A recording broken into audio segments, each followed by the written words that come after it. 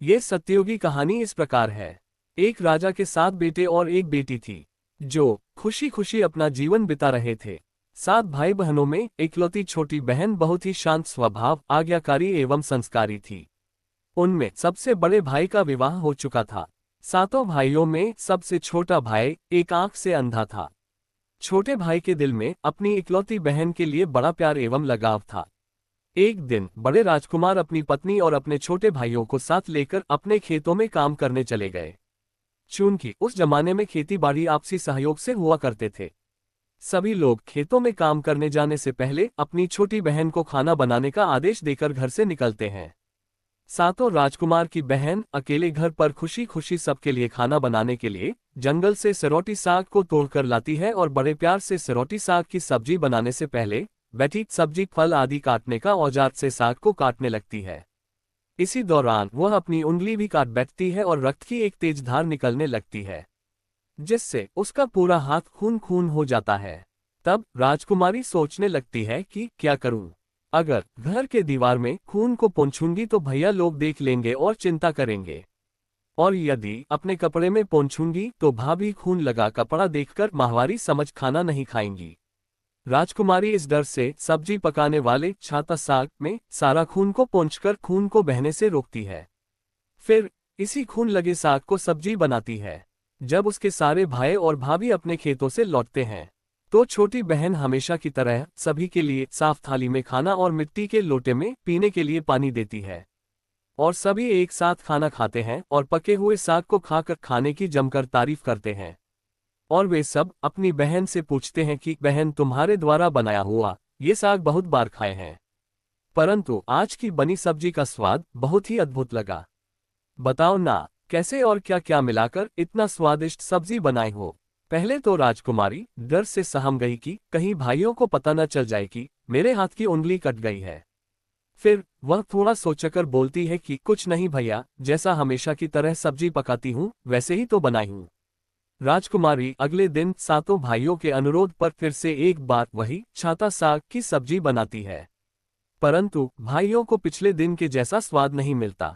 फिर ऐसा ही ये अनुरोध 3-4 बार हुआ, लेकिन खून लगे साग का स्वाद उनके मन मस्तिष्क से उतर ही नहीं रहा था। असलियत जानने की जिज्ञासावश सातों भाई और भाभी ने उससे उस दिन के खाना बनाने का तरीका जानने का जिद करने लगे। मजबूरन राजकुमारी को सारी घटना बतानी पड़ी। सच्चाई मालूम होने पर पांचवां भाई, जो बहुत ही लालची किस्म का था, उसने बाकी भाइयों से कहा कि बहन का खून इतना स्वादिष्ट लगा तो इसका मांस कितना स्वादिष्ट होगा। ये बोलकर सभी भाइयों के बीच चर्चा करने लगता है। सबसे छोटे भाई को छोड़कर बाकी भाइयों ने राजकुमारी को मारकर उसका मांस खाने को राजी हो गए थे। मांस खाने की सोचकर उन सभी के मुंह से लार टपकने लगता है। भाइयों के मन में स्वादिष्ट खाना खाने के लिए वे कितना लालची बन गए, इसका आभास राजकुमारी को हो गया कि किस प्रकार उसके भाई उनकी मांस खाने की लालसा रखते हैं। एक दिन सातों भाई शिकार खेलने के बहाने राजकुमारी को लेकर घने जंगल में लेकर जाते हैं, जहां पूर्व से निर्मित 4 केन के वृक्षों पर बने मचान के नीचे पहुंचते हैं, जिस पर अपनी बहन को ये झूठ बोलकर चढ़ने के लिए बोलते हैं कि इस मचान पर जंगली जानवर तुम पर हमला नहीं कर सकेंगे।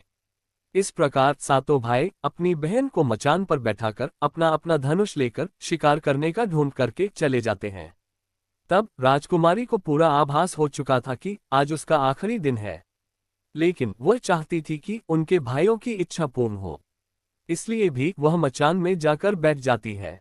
फिर सभी भाई केन के वृक्ष पर बने मचान से कुछ दूरी पर स्थित टोनरी छोटा पहाड़ पर अपने अपने धनुष बाण के साथ पहुंचते हैं और एक चट्टान पर बारी बारी से अपने बाणों को तेज धार प्रदान करते हैं। टोनरी के ऊपर सबसे पहले बड़ा भाई अपने तीर को चट्टान में धार करता है और अपनी बहन पर धनुष से निशाना लगाकर तीर छोड़ता है। तभी राजकुमारी पूरी बातों को समझ जाती है कि भाइयों का क्या इरादा है, और अपनी मातृभाषा में गीत को गाने लगती है। बिंदु बिंदु दादा छाती ताइक ताइक, अर्थात जान से मारना ही है दादा साहब, तो तीर को सीधे मेरे छाती में वार करो, इधर उधर तीर क्यों चला रहे हो। फिर सभी भाई बारी बारी से अपने तीर के धार को तेज करते हैं और राजकुमारी पर निशाना लगाकर तीरों को छोड़ते हैं। 6 भाइयों का निशाना खाली जाता है और 7वां भाई, जो सबसे छोटा था, वह तीर चलाने से इनकार कर देता है। क्योंकि उसे अपनी छोटी बहन से बहुत लगाव था और धनुष बाण चलाने में सातों राजकुमार में सबसे निपुण था। राजकुमारी जानती थी कि उनके सातों भाइयों में सबसे छोटा भाई दादा बाकियों की तरह लालची नहीं है। छहों भाई छोटे भाई पर पूरा दबाव डालते हुए आदेश देते हैं कि अगर वह तीर नहीं चलाएगा तो बहन की तरह उसे भी मार देंगे। फिर छोटा राजकुमार उदास मन के साथ तीर को थोड़ा ही धार कर दूसरी दिशा में तीर को छोड़ने की कोशिश करता है और तीर को धीरे से छोड़ता है। राजकुमारी हर बार की तरह इस बार भी वही गीत गाती है, बिंदु बिंदु दादा छाती ताइक ताइक। इतने में छोटे भाई का तीर सीधे राजकुमारी के सीने को भेद देता है और राजकुमारी की आत्मा शरीर से अलग हो जाती है और उसकी आत्मा उसी स्थान पर भटकने लगती है। तभी वह देखती है कि उसके शरीर का मांस खाने के लिए उसके भाई कैसे लालच करते हैं और सबसे छोटे राजकुमार को जबरदस्ती मारपीट कर उसके शरीर को काटने का आदेश देते हैं। बहन के मांस को पकाने के लिए बहुत सारी सूखी लकड़ी लाने के लिए छोटे राजकुमार को जंगल भेजा जाता है। छोटा भाई जंगल में खोज खोज कर ढेर सारा लकड़ी जमा करता है और सोचता है कि कैसे इतना सारा लकड़ी को ले जाऊंगा। दादा जो रस्सी दिए हैं वो भी 7 टुकड़ों में दिए हैं। उन्हें जोड़ने पर भी ये रस्सी इन लकड़ियों को नहीं बांध पाएगा। देर होने के डर से राजकुमार उदास होकर रोने लगता है और उसके आंखों से आंसू धरती में गिरने लगता है। वह अपनी बहन को याद करके रो ही रहा होता है कि तभी एक नाग देवता वहां आते हैं और पूछते हैं कि क्यों रो रहे हो राजकुमार। वह इधर उधर देखता है किंतु कोई भी नजर नहीं आता है। फिर राजकुमार को नाग देवता दिखते हैं और राजकुमार नाग देवता को अपनी पूरी आपबीती सुनाते हैं। फिर नाग देवता उसे कहते हैं कि मैं लकड़ी में रस्सी की भांति लिपट जाता हूं और तुम जैसे ही लकड़ी वहां रखोगे तो मैं धीरे से निकल जाऊंगा।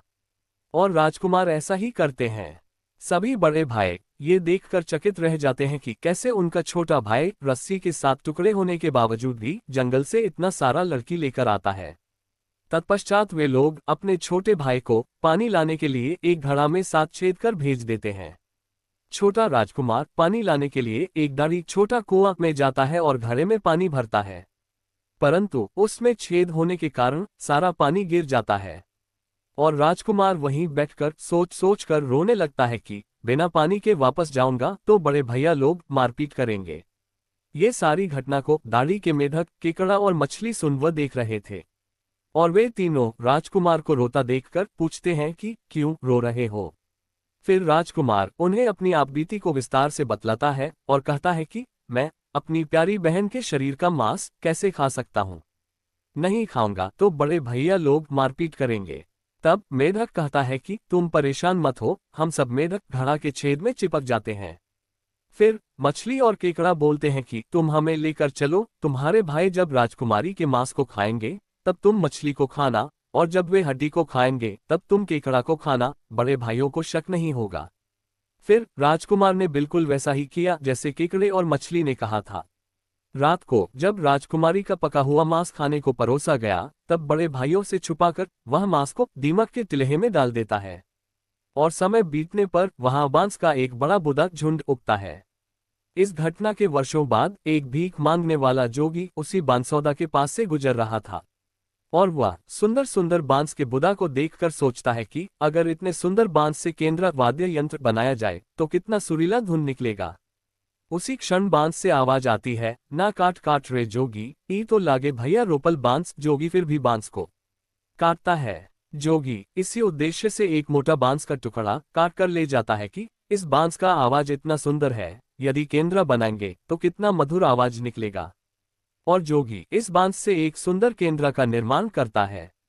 इस केंद्र से इतनी मधुर ध्वनि निकलती है कि जोगी जहां जहां भी इसे बजाता है इसके ध्वनि से लोग मंत्रमुग्ध हो जाते थे। एक दिन जोगी घूमते घूमते बड़े राजकुमार के घर पहुंचता है और अधिक धन के लालच में जोगी जोर जोर से केंद्र बजाना शुरू करता है, परंतु इस बार केंद्र का मीठा सुरीला स्वर कर्कश हो जाता है और जब भी जोगी कुछ नया धुन बजाने की कोशिश करता है बार बार एक ही धुन निकलता है, ना बाज रे केंद्रा, ई तो लगो मोर दुश्मन कर घर।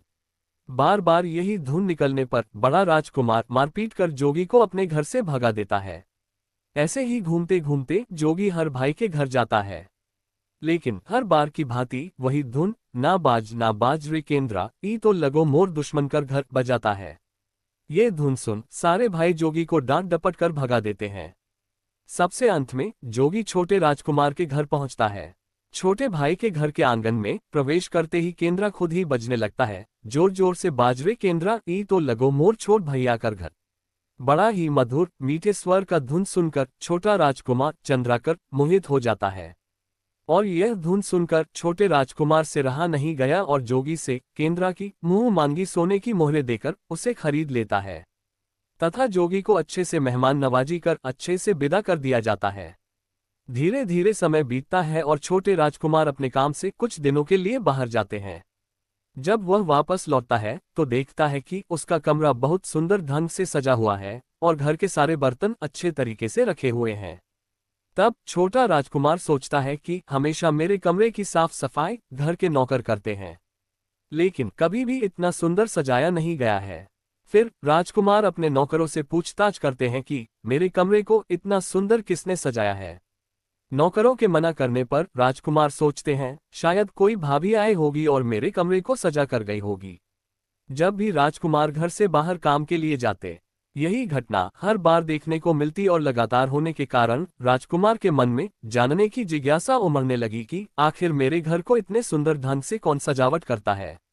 वह अपने भाइयों तथा भाभियों से भी पूछता है और वे लोग भी सजावट करने की बात से साफ मना कर देते हैं। एक दिन राजकुमार सच्चाई पता लगाने के लिए किसी काम का बहाना कर बाहर जा रहे हैं बोलकर निकलते हैं और छुपकर पुनः वापस आकर अपने कमरे में रखे खजूर के गोल मुड़े हुआ चटाई के अंदर छुप जाते हैं। कुछ समय इंतजार के बाद राजकुमार देखते हैं कि एक खूबसूरत सी लड़की केंद्रा से निकलकर कमरे के अंदर आती है और सारे कमरे की साफ सफाई कर वापस उसी केंद्रा में समा जाती है। ये देख राजकुमार की आंखें खुली की खुली रह जाती है, चूंकि उस लड़की की शक्ल राजकुमार की छोटी बहन के जैसी ही होती है। राजकुमार अगले दिन फिर से एक बार उसी प्रकार छुप जाते हैं और जैसे ही वह सुंदर लड़की पूरे कमरे की साफ सफाई का काम खत्म कर वापस केंद्रा में जाने वाली होती है, तब छोटे राजकुमार उस लड़की का हाथ पकड़ लेते हैं और तुरंत केंद्रा को जला देते हैं, जिसके बाद वह लड़की हमेशा के लिए मानव रूप में परिवर्तित हो जाती है और दोनों भाई बहन खुशी खुशी अपना जीवन जीते हैं। आज भी हर गांव में आषाढ़ी पूजा के दिन बकरा कटता है और पूरे गांव के घरों में प्रसाद स्वरूप बकरा का मांस खाया जाता है और सतबैनी नामक पूजा स्थान पर वहीं सरौटी साग को चढ़ाया जाता है।